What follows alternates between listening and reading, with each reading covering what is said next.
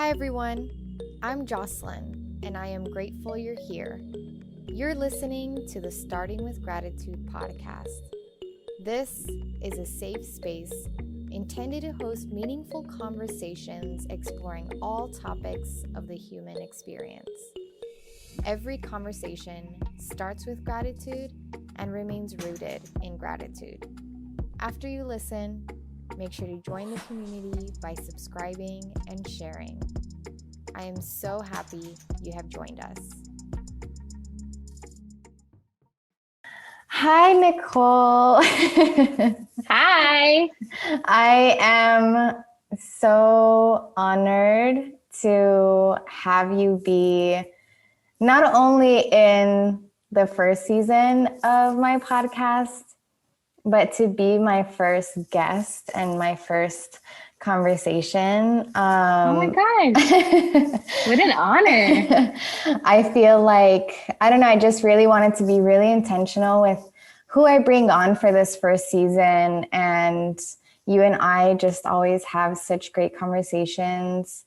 And I just really, really respect you and your being. And I'm just so grateful for you. And it's just the perfect way to welcome the new year and welcome this new project and just be planting the seeds. So thank you, first of all, so much for your energy and the conversation that we're going to exchange and your light and for being here.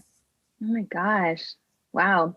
I want to say for anybody watching this right now, how special you are, Jocelyn, not only for whoever's watching it as you enter their world, but our full world that we live in now. You're so special and you're so rare and you're so unique. And what you deliver and the medicine that you give to people is, what's the word? I don't think there is a word. It's special and rare. It's divine. That's the word.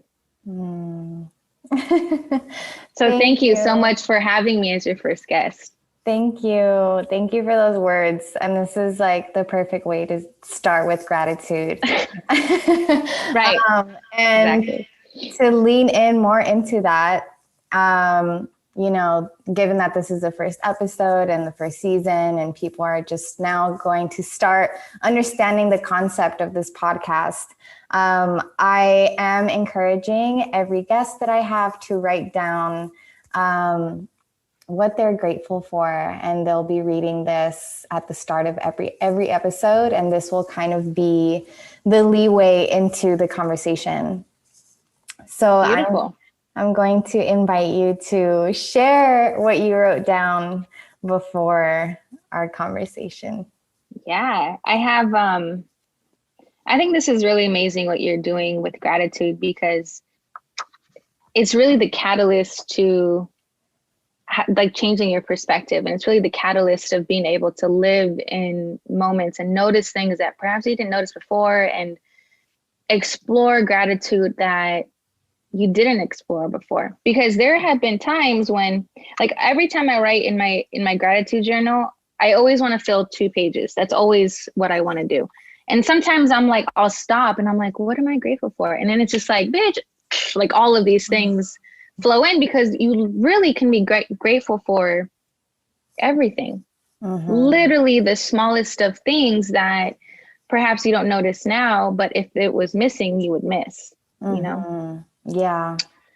All right. So would you like me to read both pages or just one? Yes. Okay. Feed us your gratitude. Okay. I am grateful to experience a new day. I am grateful that my dad was born today and that I chose him as my dad. I am grateful to experience Nicole's life. I am grateful for my warm and loving home. I am grateful for my generous and brilliant friends. I am grateful for the honor, luxury, and consciousness to heal on my journey. I am grateful to carry on traditions for my mom and abuelita. I am grateful for my mom's perfect health. I am grateful for my abuelita's perfect health. I am grateful for my 2 brothers and my individual relationships with them both. I am grateful for my perfect health. I am grateful for my creativity. I'm grateful to be alive. I'm grateful for my body. I'm grateful for the hair my body grows to keep me warm and protected. I am grateful for my inner vision. I am grateful for my clients. I'm grateful that I chose to bet on me and my gifts. I am grateful for my career opportunities that are opening up and showering on me because I am betting on myself. I'm grateful for my open and abundant relationship with money. I'm grateful for the freedom in my life. I'm grateful for the structure in my life. I'm grateful for the healthy food on my plate. I'm grateful that I am supported, and I'm grateful to be chosen. I love that. And I love that it was like a mixture of the present moment, what you have now and what's coming, and from the past and what's still being incorporated now from the past, like your traditions. Yeah. I love that. And I'm feeling called to touch on something right now. You brought up in the beginning that you're grateful to experience Nicole, like yourself. For people that don't necessarily understand or grasp that concept of having that gratitude to experience yourself, like to step outside of yourself and to feel that gratitude to experience you. What is that like, or what does that look like to you? Something like that actually spawned from how I would love my friends and how I would love my romantic partners. And I would say things like, man, you're so brilliant. And I would be like, I wish you can see you through my eyes. And then one day, not even just one day, I think that notion the lens kind of started to flip on me. And then it was a space of realizing that my soul has been here hundreds and thousands of times before. And the place that I'm in right now, it's me tapping into really remembering who I am. And remembering who I am in a sense of remembering my gifts, remembering, I don't want to say necessarily past life things, but the person or people that I was in past lives, like I'm bringing forth what I did in other past lives, the really great, wonderful things, and I'm bringing it into this life. And some of my traits I get because of my past lives that I've experienced. So really separating myself, even though everything is one, separating myself from myself, separating my soul to look at Nicole allows me to love me deeper. So then imagining how maybe you look at me, or look how my family and my loved ones look at me. They must look at me with actual love. So then it allowed me to love myself deeper and to love the things that before, when I was younger, I would be ashamed of. You know, something I wrote in my journal today too was I'm grateful for the hair on my body. When I was a little girl, you and I might have talked about this. When I was a little girl, I was so ashamed of the hair on my arms. I was so ashamed of them because my mom didn't have hair on her arms. My abuelita didn't. My cousins didn't. My tias didn't. Nobody in my family, in terms of like women or people who identified as female, they all had this like blessing to not have hair on their arms. And I noticed that because as a child, I would notice everything. And then on top of that, my brother used to make fun of me because he didn't have hair in his arms. He'd make fun of me and he'd pull on them. And it really made me feel ashamed. So when I gained the courage to be able to shave my arms with being like, I don't know how my mom's going to react to this, but I'm just going to do it anyways. Like, I was like, oh, this is so great. I don't have any hair on my arms. It wasn't until this year, 2020, when COVID hit and we're all at home, I just stopped shaving my arms and my arms and my legs. So then I was like, who am I seeing? I'm not seeing anybody anyway.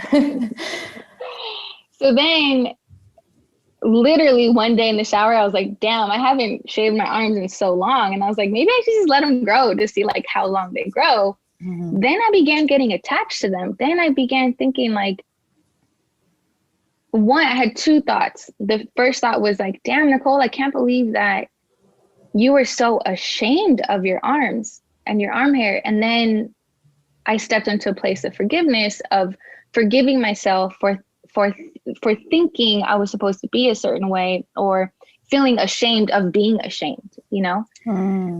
So that really small but major thing in my life made a really big difference. And now I am so proud of them. And I want every person in the world to feel proud of their arms. And I want them to look at me and be like, oh, damn, she's cool with her arms. And she's like confident and loving, you know, with your arms. And so there's a reason why, I don't know why, but the women in my family don't have hair on their arms, but I do. And I must get it from somebody. So if somebody in my lineage had, some females in my lineage had hair on their arms, and but stepping outside of me and experiencing that is beautiful to me. And it has, just to bring it all back, it's allowed me the space to love myself deeper. For sure. Because I know that my life is so tiny. Like Nicole's life is so tiny in the grand scope of history and all the lives that I've lived before. So it's really special that I exist, and it's special that I get to really fully experience me. I have a choice of to hate me or love me. And I'm leaning more to, you know, this whole place of love and a way. Well, I never hated myself, but, you know, just leaning into a space of pure love from God. Yeah. And I want to acknowledge too that, you know, for some that might, you know, you acknowledging that self-love for yourself in that moment of loving a feature that is natural to you in your body, that's like a moment of like self-love awakening that you experienced this year.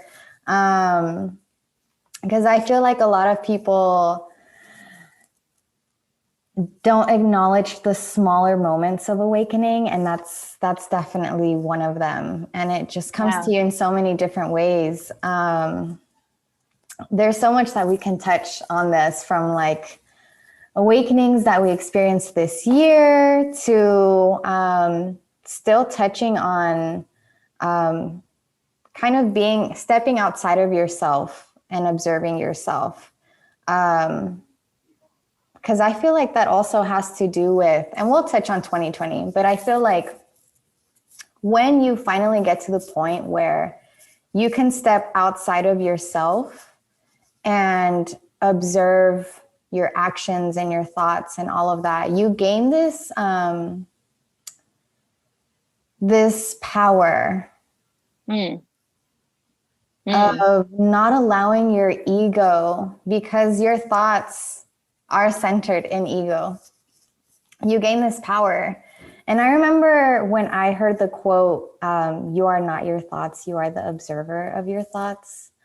For a while, I was like, oh, what does that mean? You know, like, I'm not my thoughts. How am I not my thoughts, you know? But then understanding that your thoughts don't always belong to you, because they have been programmed from your external experiences your whole life. So it's like you could have grasped thoughts from, you know, people who fed you low vibrational projections from themselves, and you've kept that, you know, and that doesn't belong to you. So it's like getting to that point of awareness of observing your thoughts before you believe them, of not immediately resorting to your thoughts as fact, is so big.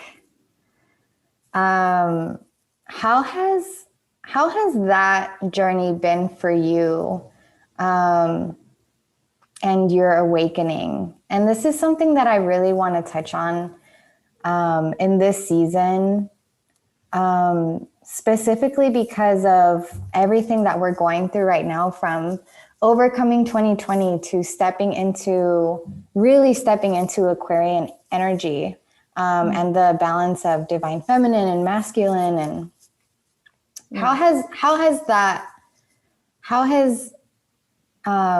that awakening been for you? And I know there's a lot to it, but what comes to you right now in answering that question? So there was a book that entirely changed my life called The Power of Now by Eckhart Tolle. Mm-hmm. And that was the first time that I understood, because I had heard that quote as well, but it didn't click for me. You know, we'll hear things along our lives that don't click. Mm-hmm. I heard that and I was like, cool. But hearing it or reading it from The Power of Now, where Eckhart Tolle was talking about observing your thoughts and observing your feelings, that brought a whole new awakening to me, because I had such a difficulty.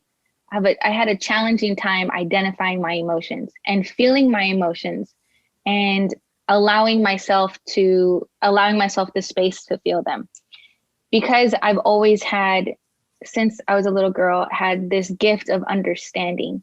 Like, I just innately understood why things were how they were, why people did the things that they did, and I saw the good in everybody. So then it was challenging for me to experience anger or experience, I don't know, I guess anger would probably be the biggest one. Mm-hmm. And then that optimism started to turn into like toxic positivity and this toxic optimism.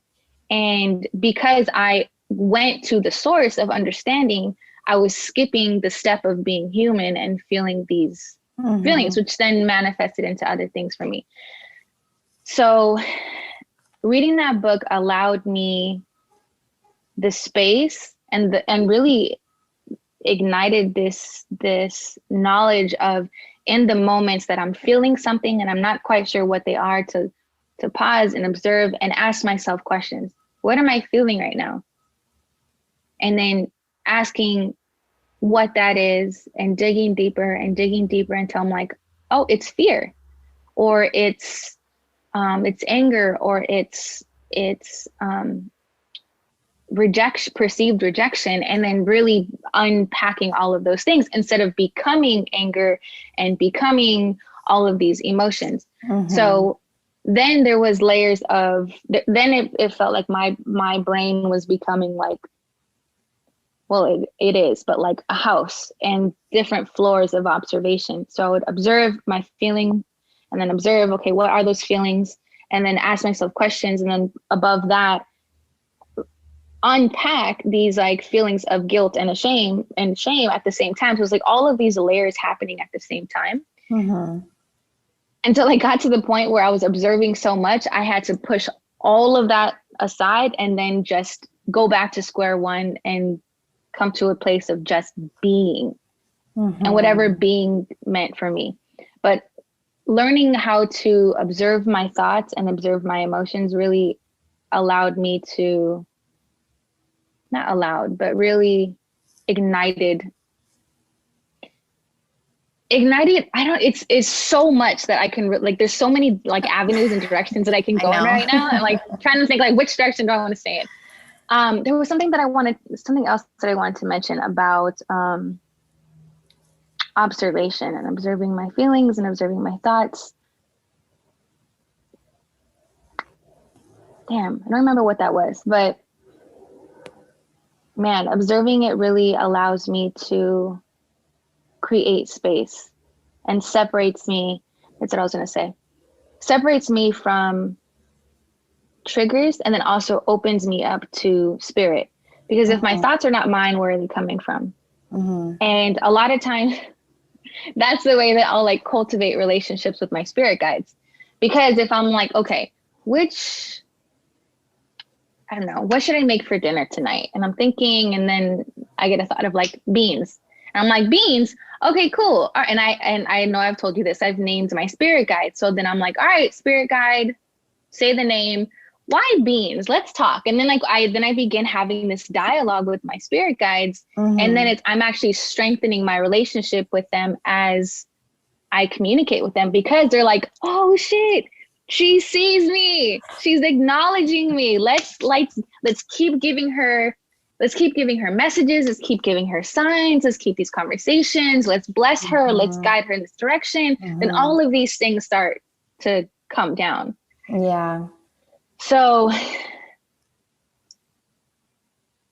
gosh, there's so many directions I want to go in. I know it can be kind of, I actually thought of this morning, and has been on my mind sometimes when I get to that point, because we can feel this way on our own in just our own observations, because it can be, sometimes your awakening can be overwhelming, and sometimes like your hyper awareness can just like lead you in so many different directions because you're realizing so many things all at once.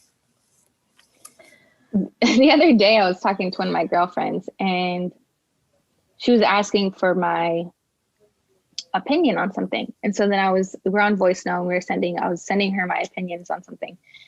And as I was expressing, it was more so about feedback, which I guess is my opinion on something that she was creating.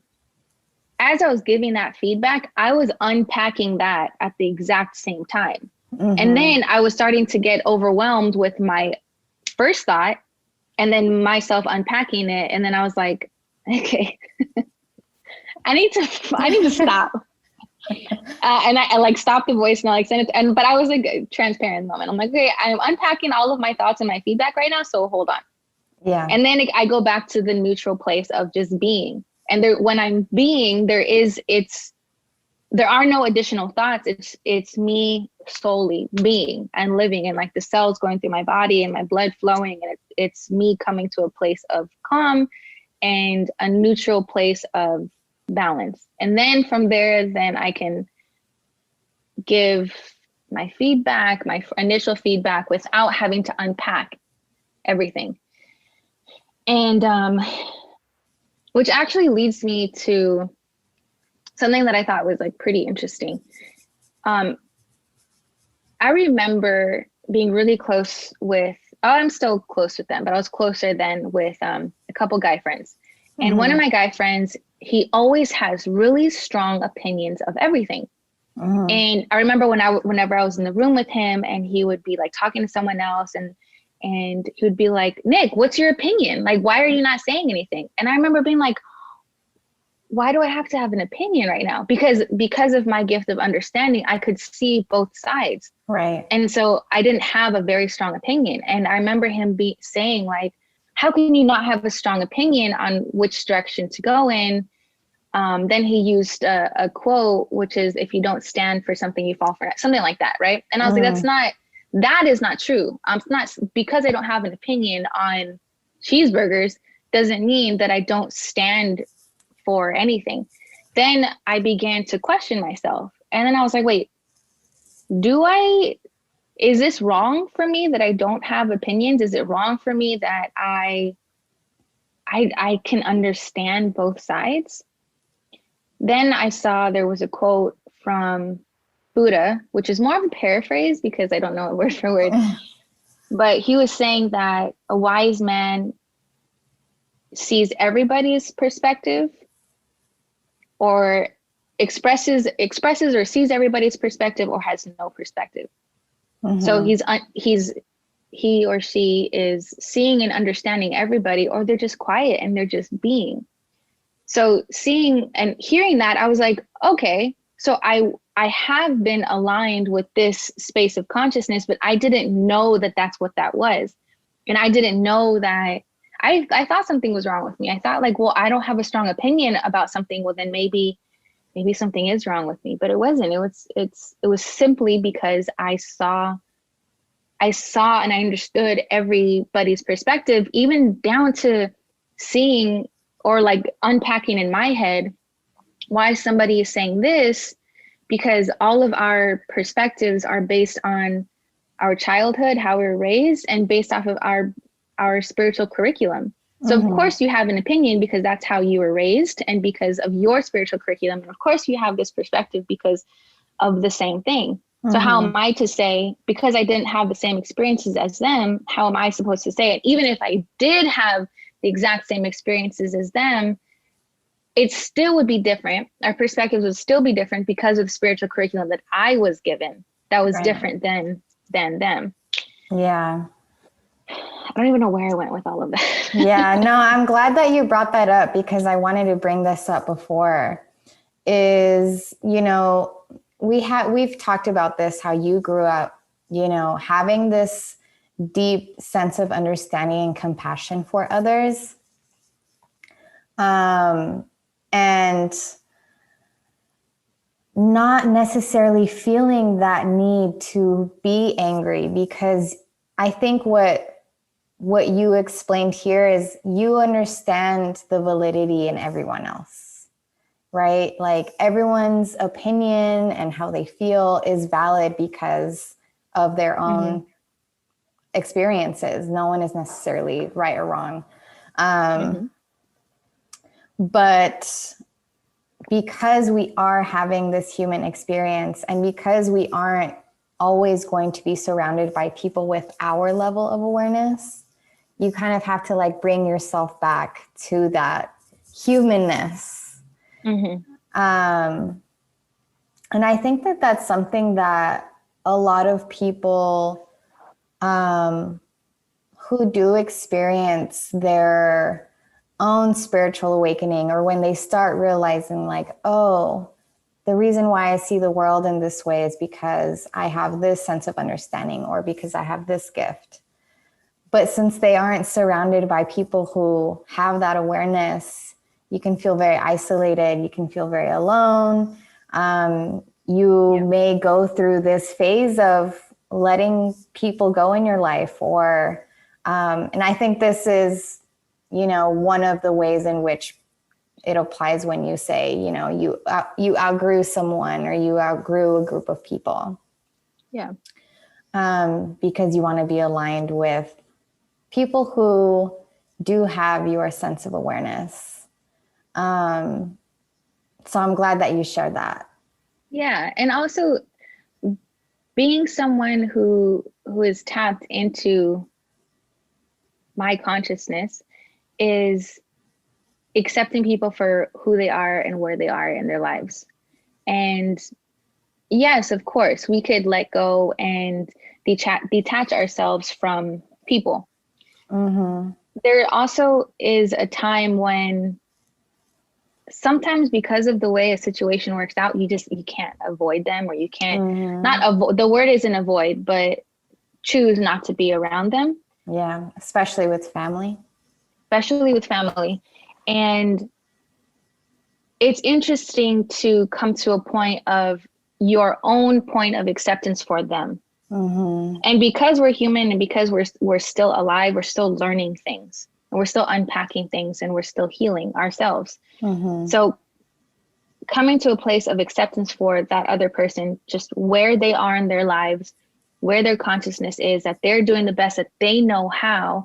And sometimes people are, you know, one of my girlfriends, Debbie, or her and I had this conversation about this. Sometimes people come to this earth and they are not meant to ascend and awaken and tap into high consciousness this lifetime for them. Their lesson and their spiritual curriculum is to survive. And they're here essentially to birth someone who is changing the world. And so having compassion for them and their understanding and their place in their lives it could be a challenge. And then it's a challenge for yourself because you don't want to lower your frequency to match their frequency. Because then at that point, you're doing yourself a disservice. Yeah. Yeah. A lot of this is like a muscle that you have to strengthen, because I do believe that you can get to the point where you don't necessarily have to let people go if you don't want to have them completely out of your life. Like you can get to the point where you are so energetically and emotionally stable. You have somewhat mastered setting your boundaries, that you can be around anyone and accept them for where they are and how they are in that moment, which has been such a profound awareness for me that I'm so grateful for. Accepting people for who they are and not for their potential. Accepting people, just accepting people for who they are and not having expectations of who they should be or why they should be in, some other way to benefit us. Yeah. It's been very healing for a lot of relationships in my own life. And a lot of this too helps you not take things personally. Mm-hmm. Yeah. And it allows you to love that other person a little easier, which then allows you to love yourself a little more. Yeah. What would you say is like a recent challenge that you had where you noticed this challenge or this trigger and you went through that process of breaking it down for yourself?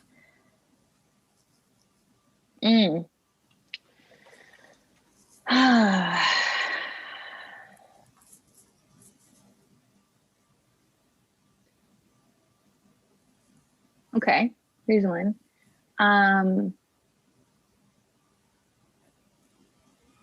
It was a weekend. I had recently gone, was it on when I came back from my trip? Yeah, I came back from a trip and I came back early from my trip. So nobody like fully knew that I was here. And I wanted it to be like that because I knew that once people, specifically being clients, knew that I was back, then they'd be like, wonderful, we need X, Y, and Z. Do you have the space to do it? And then like talk about work. And I was not about that life. I didn't want to talk about work. So but my parents knew that I was home. So I spent a day unpacking, like physically unpacking my suitcases, cleaning, cleansing, doing laundry, like doing all of the things at home. And I wanted to work on my vision as we wrap up 2020, work on my vision for 2021. And I couldn't that day. So I'm like, all right, cool. Tomorrow I'm going to do it, which is Saturday. So allowing myself the flexibility. Then both of my parents called me and both of my parents asked for help for both, something that they were both doing. And I knew that both of them were going to take a long time. I knew that if they asked my brothers, they wouldn't do it. I knew that I wanted to do my own stuff. So then I started to like the anxiety started to like build a little bit, but I wanted to be there for them. So then I was working on my mom's stuff and my dad was calling me and he really wanted to get his stuff done. My mom, and then I was just feeling this like pressure and anxiety of this assumed responsibility that I had about being the one that they only asked, about the pressure of them needing it right away. But what about my needs, things that I planned for myself? And I felt it coming up. And then I started to snap at my mom and I started to snap at my dad. And then I got to a point where I was like, I don't have to do this. And I started to get really emotional. And I'm like, okay, what is coming up for me? And then I was figuratively unpacking that. So I set a boundary with both my parents. I told my mom, I started doing whatever she asked me to do. And I said, I can't finish this today. I know that you need this done by Monday. I'm going to work on it tomorrow. I'm done working on it today. What my dad was asking me for, I was like, this is what I completed and I'm sending it to you. If you want any edits to it, then I can do it on a different day. And then that left me, I'm glad I was okay, set this boundary with both of them. Then I was left with my emotions. Because I live home alone, I didn't have anybody to talk to. I mean, I could have called people. I didn't want to like put this emotional, let on anybody. So then I began to ask myself questions. What's coming up for me? Okay. What was coming up for me was worthiness of, well, what I wanted to do was also worthy. Why are they not seeing that it is worthy? Well, it is worthy, and they don't have to see that it's worthy. And then what was coming up for me was this assumed responsibility. Just because I am their daughter and just because they called and I answered doesn't mean I have to do it in this moment. So then I was still like angry and I was very emotional. I think I was more hurt than anything else. So then at that point I thought, okay, I have the tools to get through this moment. And I didn't want to just bypass it. So I sat with it. I came into my office space. I sat down and I began meditating. Meditating wasn't it for me. And I couldn't get deep. So then I began to say affirmations to myself. I am worthy. My thoughts matter. My voice matters. And I began to go through these affirmations. Then I noticed there was emotion stuck really deep in me. And I was like, oh, there's some really deep stuff that wanted to come out. And I knew that I wanted to cry, but those emotions were not coming through. So then the affirmations then turned into permission for myself to cry. Then I began to cry and in this space of meditation. Then I don't know if you and I have actually explored this conversation of light language, but I began to channel light languages. This is something that the space of what we talked about, like remembering who you were. I think this is like past life stuff where I receive light codes and light languages from, like, when I'm asleep, I'll just put my arms up and then that's me as like an antenna receiving them. But this is a subconscious thing. But anyway, I began to channel light language in the space of self-acceptance and also recalibrating and reprogramming myself to a space of God's love. And those are really heavy things to channel. Self-acceptance and channeling recalibration and reprogramming myself to come back to a space of God's love. Not perceived love, that romantic love or whatever. It's which God's love could be romantic, but God's pure love. When I channel light language, my body begins to sway, my chest moves, my arms move, and I completely surrender myself to this moment. And that's exactly what happened. Like, my arms started to move and I began to like sway back and forth, and I was receiving, and I knew I was receiving light language at that point because I felt my body, I felt energy come through my body, and I felt the emotions come through. That got me to a place that I was super emotional, and I began to like sob and get these emotions out, because we know that emotions, sadness, trigger, all of those things are also attached to vibrations. So when we cry or sob or scream or express ourselves, this is us carrying these emotions out. So I did all of that. And when I like came back to my body, I was like, oh shit, what the hell? Okay, I'm feeling much better. And I went to reach for something. It's like my phone, my notebook. It was my notebook, I think, that I was reaching for. Then I saw my hands in front of me, and I had an out-of-body experience where I was seeing my hands as myself, but I was seeing my hands, I think maybe from like my higher self or something, because then I began to look at my hands, and then I was overwhelmed with gratitude. Overwhelmed, Jocelyn. And I was like, I can't believe these are my hands. I have the gift to have these fingers. Look at my skin. Look how beautiful my skin is. The color, the tone, the softness, the texture. And then I began to like feel my arms and my shoulders and like all around my body. And I began to thank my body. Thank you, arms. Thank you, wrists. Thank you, arms. And like hugging the parts of my body. And I kind of went into like another state of meditation of feeling such gratitude for myself. And this is what I asked for. I asked for light language or light codes for self-acceptance. And I was over here loving my body. And at that point, I felt the presence of my ancestors. And I felt the presence of my spirit guides. I felt the presence of my future children. I felt the presence of my higher self, all in this room with me. And when I was overwhelmed with these feelings of gratitude, I began to cry again. And this is wonderful because I haven't, up until this point in my life, like I wasn't a crier and I wasn't someone who was in tune with their emotions. Right. And then I just asked them for like a spiritual hug, and I felt that hug. And then I was ready to fully come back. And then I was like, okay, I'm fully back. I looked at my arms, my hands, and it wasn't exactly the same. Of course, I was grateful for my hands, but the vision that I had wasn't exactly the same. Right. But that's how I knew I came back to my body. And that's how I knew that I did reprogram myself. I did recalibrate myself. I did channel self-love and self-acceptance. And I was able to come back to neutralize my body based off of the triggers that I just experienced, that only I experienced. Because from my mom's perspective, she was probably like, she must be stressed out. She must be starting her period soon.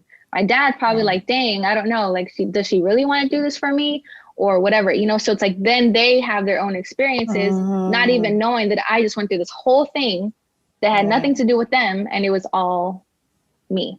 Right. Yeah. And the way that they perceived your response are things that, you know, if they felt triggered in any way, things that they need to heal, and how they received your boundary. Right.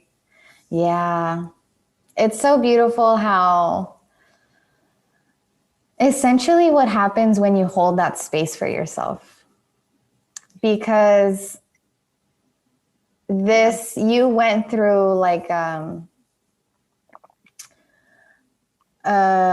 guess, difficult experience, and you ended up having an awakening and a healing moment with yourself because because you held space for yourself.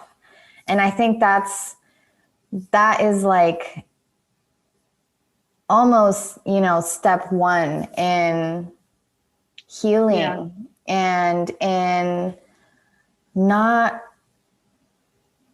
responding in a way that doesn't serve you anymore. Is giving yourself that space. So thank you for sharing. Yeah. And it's also tapping into the embodiment of the work that you're learning along the way, because it sounds good to observe your emotions. It sounds good to meditate. It sounds good to journal. It sounds good, but to really activate those things and coach yourself through these moments and embody it and get out of your head to feel it and surrender to it. That's a different part of it. Yeah. And that's when it's game time, when you're going through those triggers. And no matter how old you are, no matter how, from my perspective, how old you are, how long you've been on the spiritual journey, there's more to learn, there's more to unpack, because none of us have reached this exact point of enlightenment where that Jesus experience. Well, I don't know, maybe some people have, but I think it's important to see healers and people who are doing the work as knowing that they are also healing themselves still. Yeah. Still, because you could think that you healed a part of you, but you healed a part of you. Yeah. I remember one of my exes told me, and this was a very unhealthy relationship, but I'll never forget when he told me, you know, how can you be such like a positive person and still essentially be triggered? Like, how can you be like, you aren't what you seem, or you aren't the person that others think you are, because to others, everyone sees you as a light, but because I'm experiencing you personally, I see that you have your moments of darkness. And that made me question, like, am I actually a light? You know, like, am I pretending to be someone I'm not because I still have things to heal? And then I realized, like, no, the healing never ends, first of all. First of all. Literally never ends. Yeah. Because we're still human. Yeah. And we don't experience that like full ascension until after death. Like what I think about is like the Virgin Mary. I think of Jesus. I think of Enoch and Noah, and they lived such righteous lives, and they walked with God, and they practiced I mean, what comes up for me is like the rule of God, you know, with like love and peace and joy and all of these things. And I'm sure they were still experiencing triggers, and I'm sure they were still exploring their own emotions, and they were teaching others along the way, and they wrote their gospel, but their full ascension happened after they passed, where now they are ascended masters.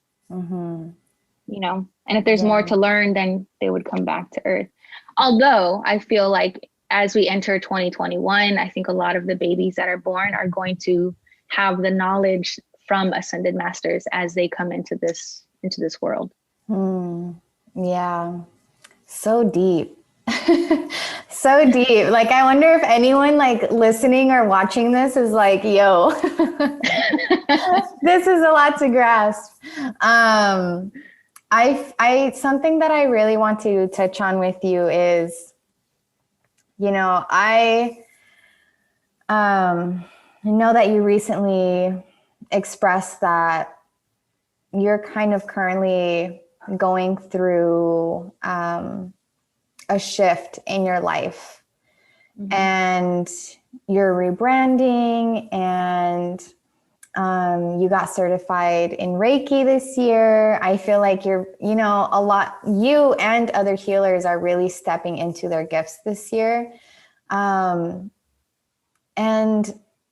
for those that, you know, don't know your history or your past experiences, you were in the industry, like you were in you've had these reinventions of yourself.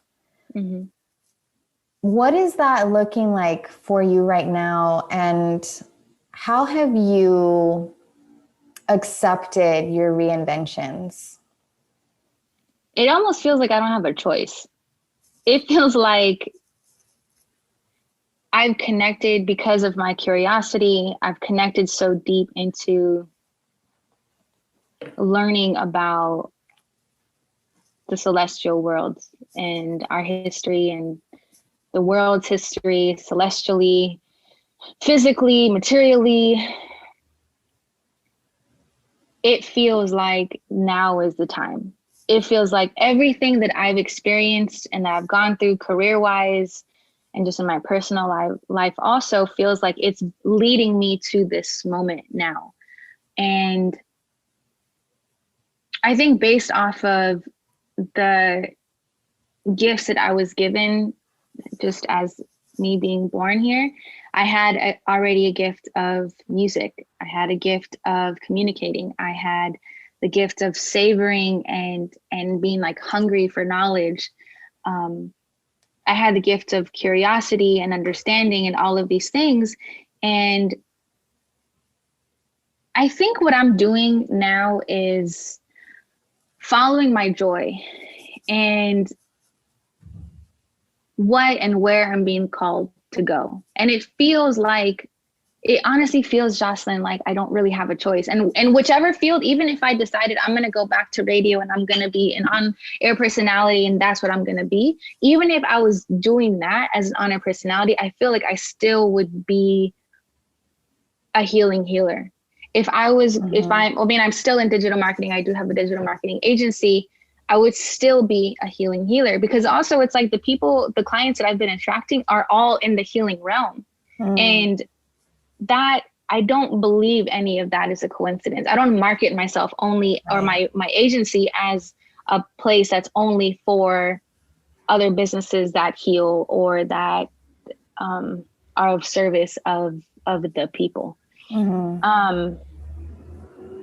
For Reiki specifically, it's so interesting because 3 of my closest girlfriends are all Reiki practitioners.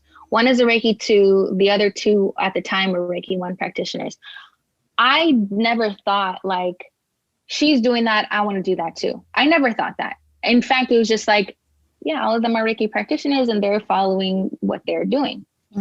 And it wasn't until I was really strongly being communicated to in my dreams. Have I told you this story? I don't think so. So I never thought I was going to be a Reiki practitioner. I was being led in my dreams, specifically this one dream where I woke up from the middle of the night, and I woke up from the sound of writing, of like a number 2 pencil writing down really fast. And I heard it very loud, but I also knew it was only in my head, that it wasn't in the room. And I knew that it was telling me to write something down. And I was like, I'm not going to write down anything. I'm tired. And I tried to go back to sleep, but the writing consisted. So then I was like, fine. So I reached for a notebook. I always have hella notebooks on my nightstand. I reached for one of my notebooks and I was like, I don't know what you want me to write. And it was just like, write, or just like doodle and like make lines and shapes or whatever. So I was like, oh yes, okay. You told me so this. Then I did all of that. And then I was like, done. I'm like, I'm going to sleep now. And then it like consisted. And I was like, ah. So I woke up and I continued doing it. And I was just really tired. So the next morning when I looked at it, I was like, this doesn't mean anything to me. But then the consecutive dreams that I was continuing to have, one of them was, which like really put me at the edge of like, I need to do this now, was it said, your gifts are in your hands, look into Reiki.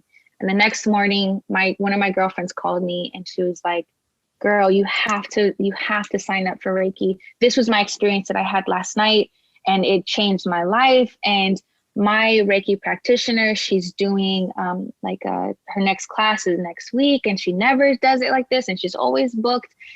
And the timing of her telling me that, the dream that I had the night before and all of the other dreams that were like really calling on me, I was like, okay, I need to look into this. I ended up taking the course, and there are Reiki symbols that as Reiki practitioners you utilize. And these symbols are used to amplify the energy that you're pushing out. One of the ones that I learned, there's 3. The last one was very complex. And as I was practicing it one night, I realized, oh shit, this looks so familiar. And then I went to my notebook from, whenever I woke up in the middle of the night. In my drawings, I had drew the top part of this symbol. And that's when I knew, okay, I am entirely aligned in this and I'm supposed to be doing this.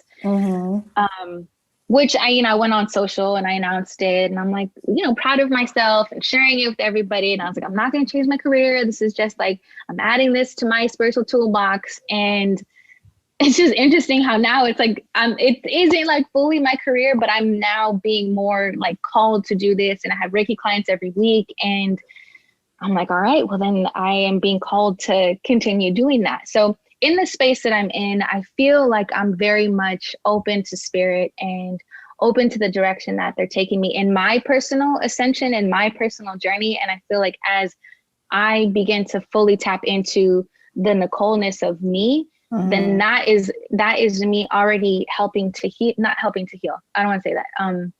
Accompanying other people's journey of healing.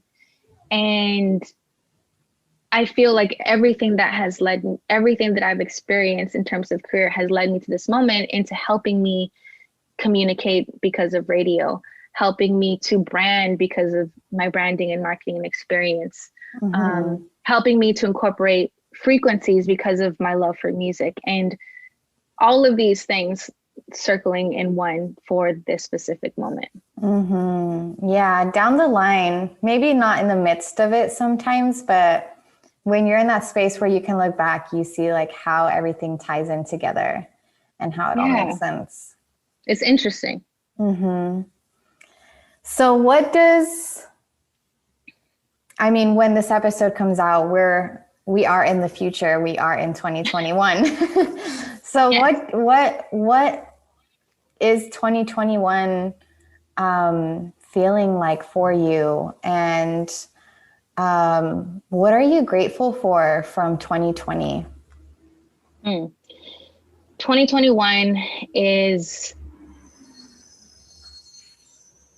it's interesting. I wrote this down yesterday too. It feels like the first thing that comes up for me is the season of me. The season of me in a place of confidence and fullness and authentically. All of those things wrapped up in one, and really experiencing fully, unapologetically, confidently me. Because of course I'm confident. Of course I'm tapping into my full authenticity. But what's coming up for me, let me go deeper and be more transparent.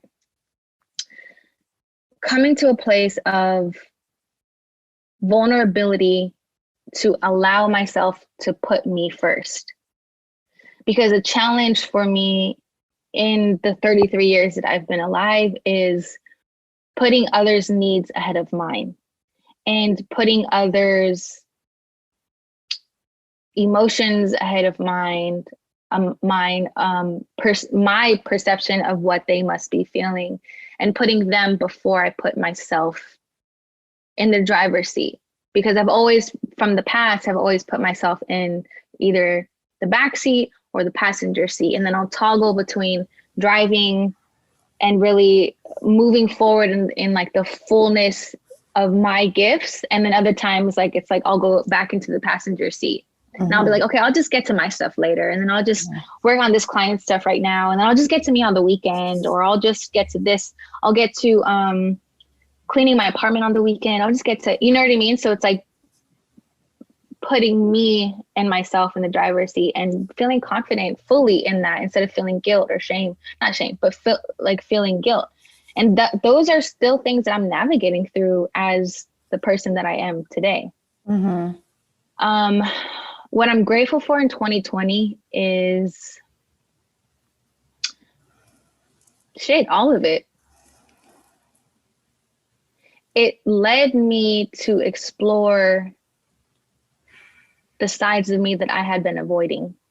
And those sides were coming to terms with emotions and feelings and identifying them, giving them names, asking them questions, and really facing that was really uncomfortable for me. I can relate to both of those so much. When you were talking about, putting yourself in the driver's seat in 2021, and explaining that metaphor, what came to mind for me was, you were prioritizing other people's comfort. At least that's how I perceive it. And I can totally relate to that. Is like, because I have this understanding of how others feel. And if they were feeling uncomfortable by my space or my light or anything, even if it doesn't have to do with me, I would prioritize their comfort because I understood. And then it put me in this place of discomfort that didn't benefit me. And I think something I want people to understand from that is that prioritizing your own comfort isn't selfish, because when you're comfortable, like that, when you prioritize yourself, like that benefits everyone around you. It benefits the world. It benefits your work. So I hope more people would prioritize that.